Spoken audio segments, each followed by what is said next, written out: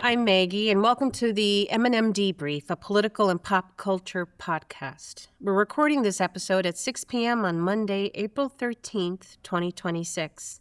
Hi, I'm Mike. Say, things happen fast in politics, so we're moving to 2 episodes a week, dropping on Tuesdays and Saturdays.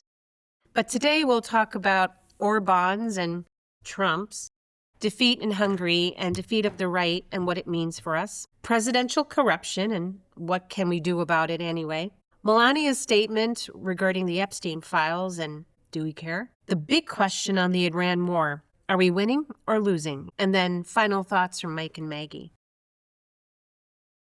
So Mike, first things first, do you want to have a little chat about the last episode we published? Yes, I made a prediction. It was about an hour and a half, I think, or so before the deadline, the ceasefire deadline. I thought for sure he was going to go through. I called that he was going to pull the trigger, and as usual, the taco killed me.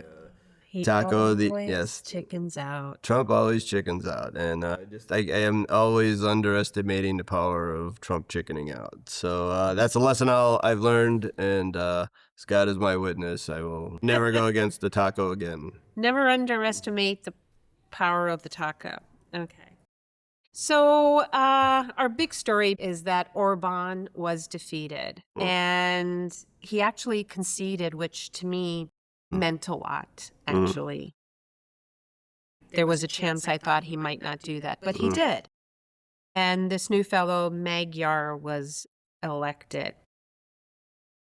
Yeah, this is seismic for you anti-Trump folks and anti-Putin folks. This guy was backed by both Putin and Trump, two of the 3 most reviled people on the planet right now. So, no, he didn't have a chance. But the good news for you Hungarians who are anxious for some change, they did win the supermajority. I had to go look it up. That means they can immediately make changes to their constitution. Basically, they're going to undo everything that Orban has done over the last 16 years. So, with regards to the media and the courts, there were Supreme Court changes and stuff. I'm pretty sure they'll just basically undo everything. So does that bode well for us? I would say so. I think it means good news for Ukraine because there was a loan being held up by the EU, or it was either NATO or the EU. Oh, okay. They were going to give Ukraine a $90 billion loan for the war effort, and it has to be unanimous. So now that'll change. So Ukraine will get a whole bunch of money from Europe. Okay. Which is good for us, because we have our own war to deal with, and so. All right. So I guess Hillary was on, Morning Joe this morning, and she saw this as a win for the rule of law and a win for those who are obviously against corruption. Well, yeah, I mean, there would be the blatant corruption that we're having the graft right in front, out in the open, as opposed to the normal backroom corruption, which we used to have. So, yeah, and one of the things that is making America less attractive is to follow up on Hillary Clinton's point. Yeah, the rule of law is one of the 2 or 3 key reasons that people like to come here and do business here, and if that starts to break down, then all of a sudden we're in deep doo-doo. So if that side losing is good, because the rule of law will be kept up to date as one of the pillars. So I guess the new guy, Magyar, one of the things that he really campaigned on was the cost of living and accountability and anti-corruption, basically.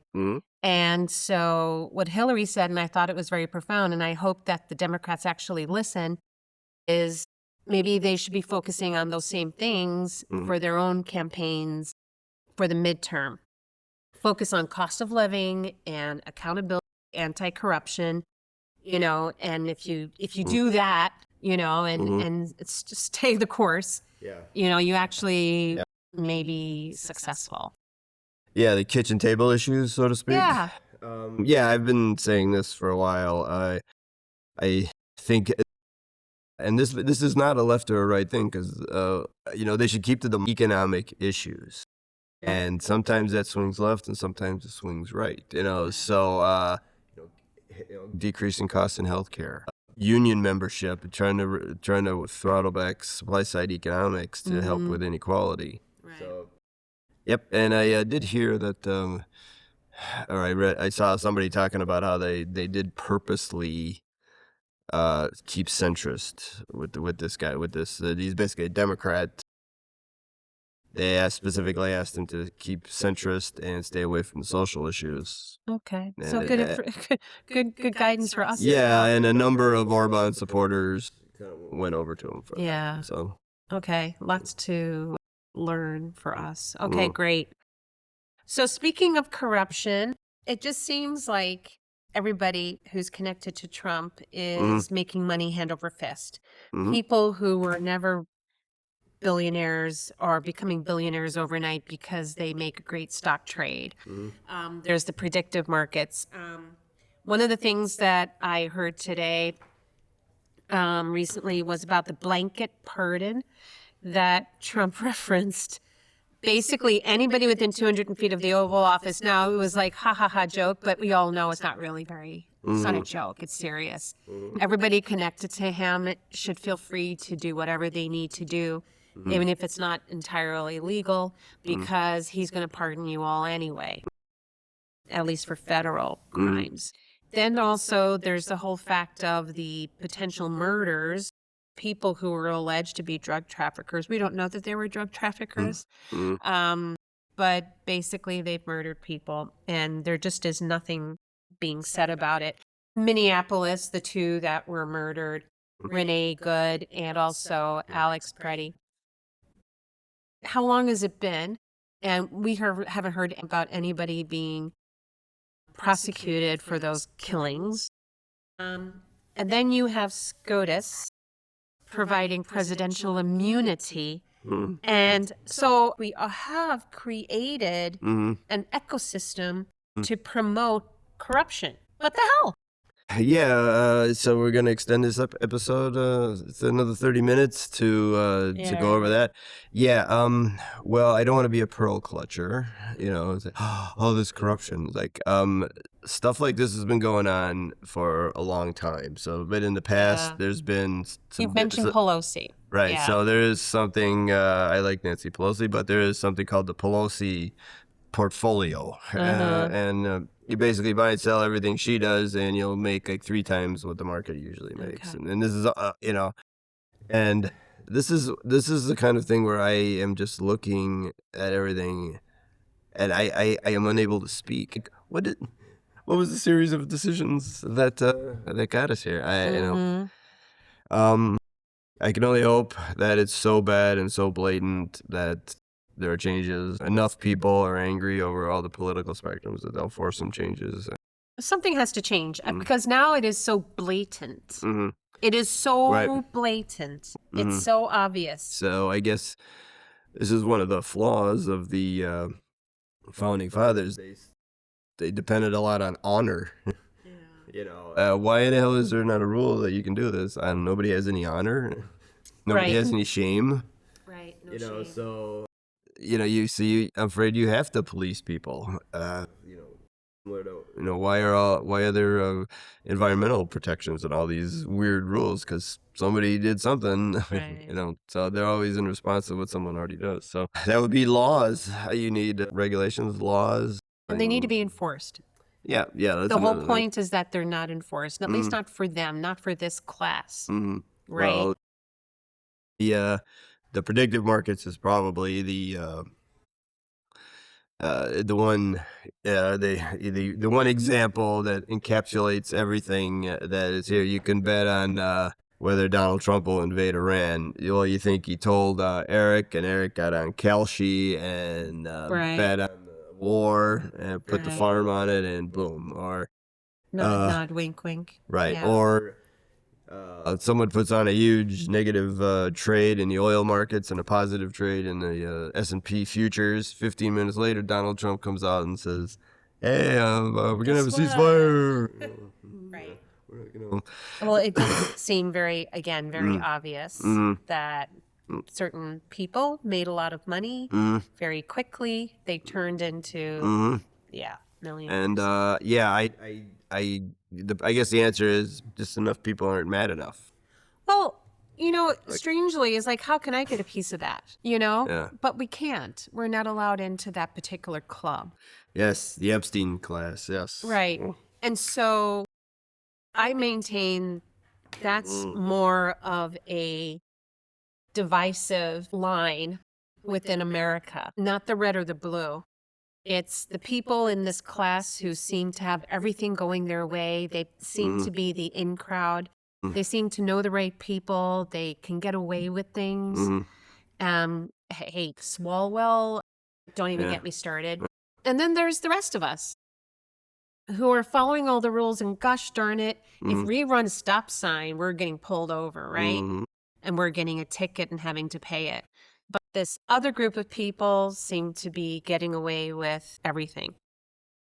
Yeah, that would be starting to be referred to as the Epstein class, and that would be the question of the real political divides in our country. I'm a firm believer that if you took a bunch of Trump voters and a bunch of non-Trump voters and sat them down without talking about parties or anything, just, well, what is your problem? What do you think? You want to fix it, and you'd get a hell of a lot more agreement. So the political parties being there just to divide everybody instead of unite everybody. But those are are beginning to be the old breakdowns. Now it's just top, bottom. So, but a lot of these people in the Epstein class are there because they got inherited wealth. Or they knew somebody. Yeah. And, or they wanted to be somebody. Right. And so, yeah, there's just different rules. That's why we talked about this earlier. There's not, this isn't necessarily about pedophilia. Right. A lot of these guys aren't necessarily. You're talking about Epstein. Yeah, Epstein stuff, right? Yeah. They're not necessarily a pedophile. They just will sleep with a 14-year-old girl just because they can. Because they can. You don't like it. Sick. Stop me. It's not. It's just the power. It's not necessarily. You can't stop them. Yeah, I mean, they feel above it. Right. Well, eventually the French did storm the Bastille, so that's what it's going to take, I guess. Yeah. Speaking of Epstein, Melania. It's almost old news already, but Melania made this statement on Thursday, basically denying any connection to Jeffrey Epstein and calling for congressional hearings for his victims. Sometimes the people who are the first ones to say, it wasn't me, I didn't do it, it's not me, are the first ones you kind of suspect because they're so overwhelming with their denials of, and nobody had said anything. But apparently there had been some comments. And there was, I think, some person she knew who, do you have that story? Oh, okay. Yeah. So Amanda Ungara is one of Melania's pals from way back. I think they're both models. New York. And she ended up marrying this guy, Paloy. He's a good friend. He's a friend with Donald Trump. And I think this is the guy that actually introduced Melania to Donald Trump. But he's married to Amanda, so Melania and Amanda are friends. And basically, the Polly and got divorced, and it's really ugly. And he ended up going to Trump and getting him to deport his ex-wife, or I don't even know if they were married. They called themselves husband and wife, but I think he denies it, but he had a conversation and suddenly she was deported. So so anyway, so she and then they went down. He went down. Didn't he take her child? Yeah, he went down to Brazil, I think, is where they are, and took her son. They have an American son, and it went back. So now she's sounds like she's ready to spill the beans. She's making threats. She's making threats that she's got the receipts. We'll see how it goes. But out of the friggin' blue, Melania Trump, who doesn't say boo anywhere, calls a press conference, and everybody's pretty much thinking, okay, she's trying to get ahead of something. Yeah. Exactly. So whatever that is, we'll see. And of course, the big, problem that it caused, obviously, apparently, Trump didn't know about it. And then number two, basically, it brought something that was fading, and she brought it right back. Yeah, that's another of the Trump working theories. What is he going to do next to keep Epstein out of the head? He'll go to Venezuela, start griping about Cuba, Right. and then and half the reason he starts this war is because he wants to just keep Epstein out of the files. But here Melania comes and throws it right back in front of everybody. Well, girls got to do what a girl's got to do. The Brazilian women, yes, you don't want to get on the wrong side of them. Or Irish women. Okay. So, for the big question today of the Iran war, my question is, are we winning or losing? I kind of have a strong opinion. I'm sure you do as well. But there's just a lot going on, and it's changing quickly, and I'm not sure that we're making decisions that make sense and puts us in a better position. There was, if I just go through a list, there's the failed ceasefire. And and somebody said, why didn't they just stay there until they made something work? Why did you go up so quickly?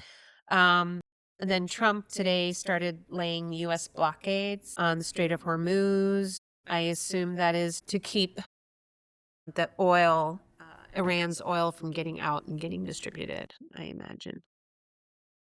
But I think that did cause the price of oil to go up today. And I think Trump mentioned to somebody that he expects gas to maybe be the same or go up in price even by the end of the year, so. Okay. And then China is sending air defense systems to Iran. And Trump made some threat about raising their tariffs to 50%, which, as we know, means that we'll have to pay 50% more for things from China. So that will just, we won't get anything from China because they got inflation. No gas. They got no oil. We're not going to get anything from them. Right. And then Trump started attacking the Pope. Which has been winning him no friends, apparently. People are actually... That's a red line, apparently. Whoa. Attacking the Pope is a red line. Who knew? Another point of commonality here. Right. Exactly. Doesn't matter whether you're red or blue. The fact is, the Pope is the Pope. Yeah. Leave him alone. Yeah. And then he also put out this post where he pretended he was Jesus. It was really... To me, it looked like Lazarus. He was pretending to be Lazarus, trying to bring somebody back to life. And maybe I'm thinking he was representing himself. I don't know. Yeah. That was interesting. It was the pilot. It was for the pilot. Apparently, the guy in it was one of the pilots. They say. Oh, so, really? So yeah, I believe that was the image of it. Yeah. God, he's taking credit for. Oh my God. Okay. All right. So this is going to be big thing of the week for a while, probably. Yeah. I'm glad it's fourth today. I thought I'd save it. It's already moved on to fourth place. Yeah, winning or losing. Well, we ain't winning. I don't think we're winning. Of course, he says that we've already won. We're definitely not. I think we all feel like when we go fill up your gas tank. Yeah, and the real consequences of this aren't going to hit for 2 or 3 months. It might get mitigated, but we'll see. Yeah, I mean, Trump's feeling his oats here, going after the Pope. And as a couple from Chicago, even though we're Cubs fans, and the Pope is a big Sox fan, hey, come on now. You're not going to mess with a guy from Chicago. Don't touch the Pope. Yeah. The Pope. Yeah, the entire south side of Chicago will be on your ass. I can tell you that. So. All right. Yeah, I don't know. There's no bottom. There's no bottom. His narcissism knows no bounds. And there's going to be the last person who likes him. What's going to be their tripping point? That's what I'm going to... How many? The very last person. The very last Trump supporter. What is it going to take? What is the last thing? Yeah, it's been kind of quiet with the ceasefire. So the problem is we can't get any oil out except for the Iranian oil, so we'll block that too. So I'm sure that'll help the price of oil. Less 7 million barrels less supply. So right. So yeah. So it's been kind of quiet. Trump is playing a transactional bully type I'll hit you. You try and hit me back, I'll hit you twice as hard. You know? This is existential for Israel. They finally got America to go. Yeah. It ain't gonna stop. Right. They're riding or dying. Right. You know, they're gonna take as much Lebanon as they can. They're gonna go take as much West Bank as they can, and then they'll wait 30 years and go for the next thing. Then they'll start going up toward Turkey. That's why Turkey is saying a bunch of stuff. There was a rumor that they were talking about sending troops into Israel. I think that's been It's Turkey, you mean? Turkey, yeah. Oh, yeah. Turkey. Turkey sending stuff into Turkey Israel. sending troops into Got it. Israel. Yeah, there was a story about that. Apparently, it was false.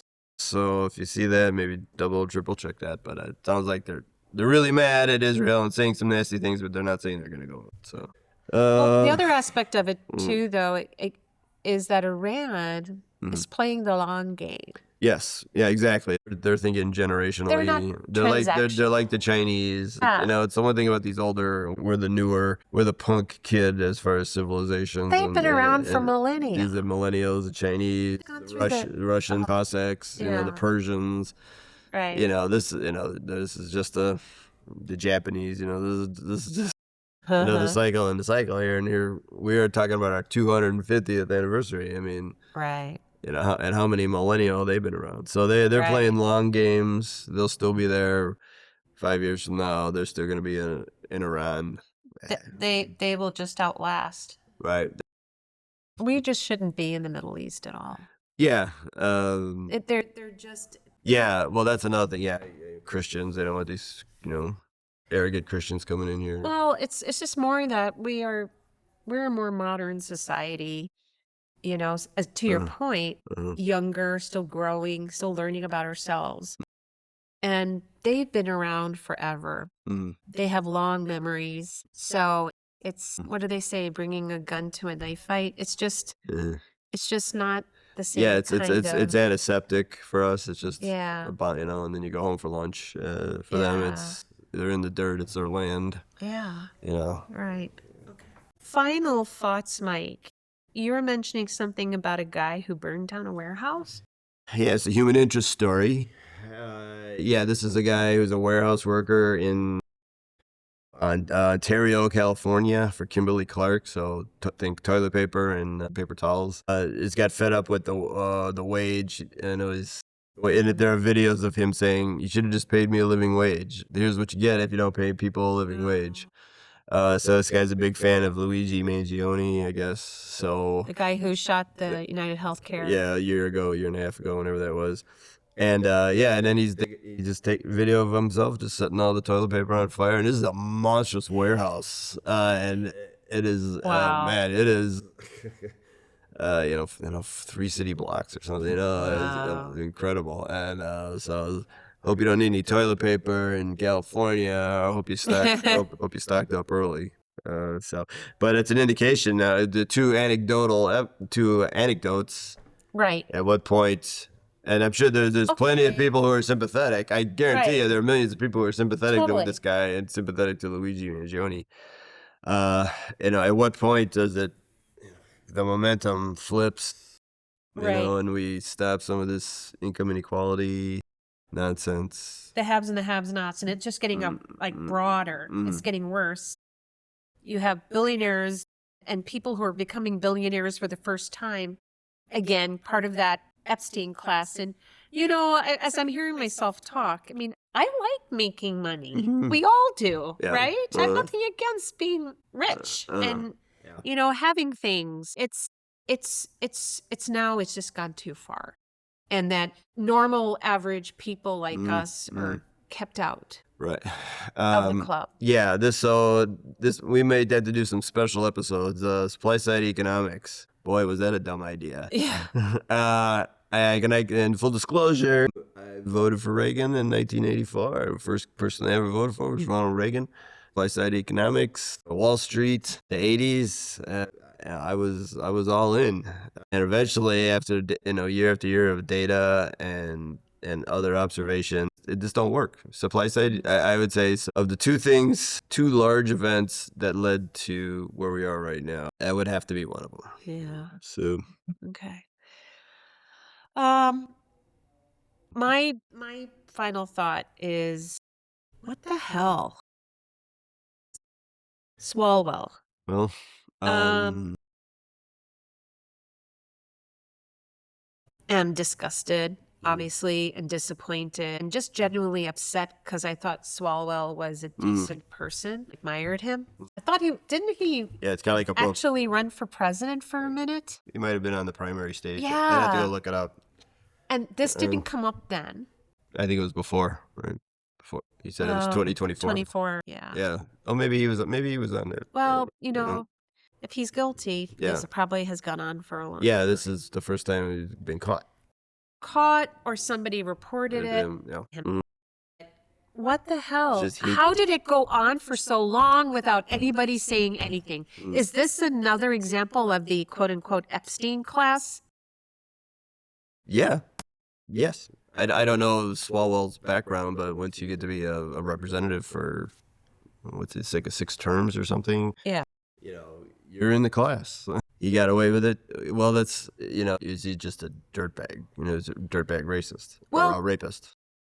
How come? Did nobody know about this really? Well, I bet you more will come out. This when a woman started it, more should you think. Did Hakeem Jeffries not know about it? Yeah, well, we'll find out exactly, who knew what.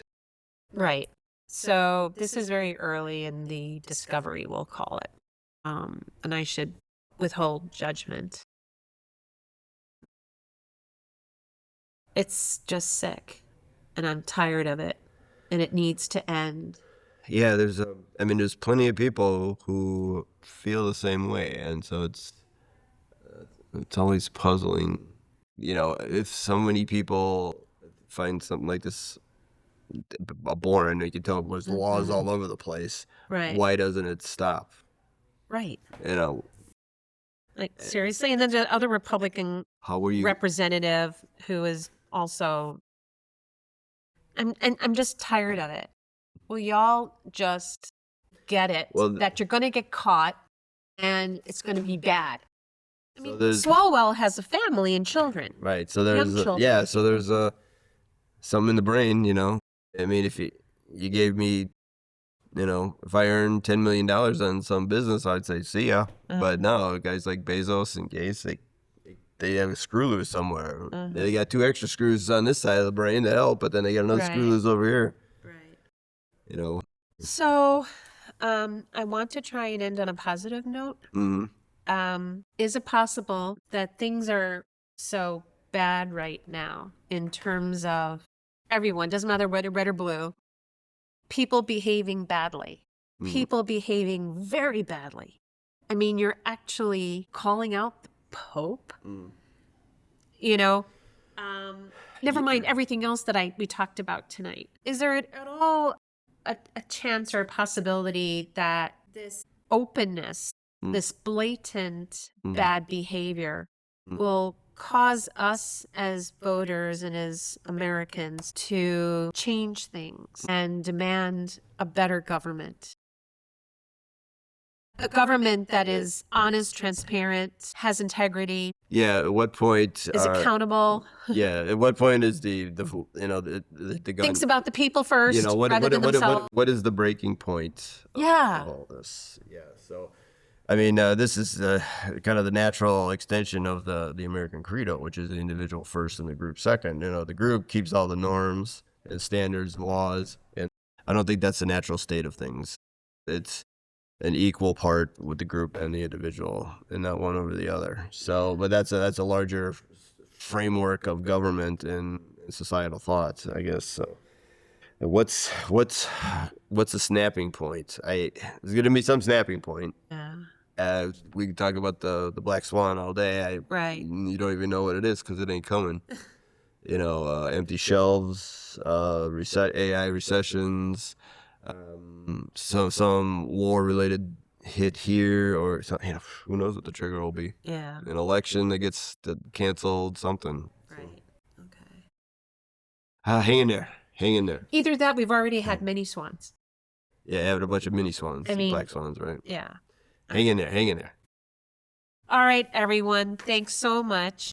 And as a reminder, we are actually moving to twice a week now. And we should be publishing, I think, available Tuesdays and Saturdays, I think. Mm. Just to keep up with all this wonderful stuff that's happening so we can talk about it. Sounds good. All right. Well, Any other thoughts, Mike? Just thanks for listening to episode 2 of the MD Brief, and we'll see you next time. Yep. Thanks. Bye.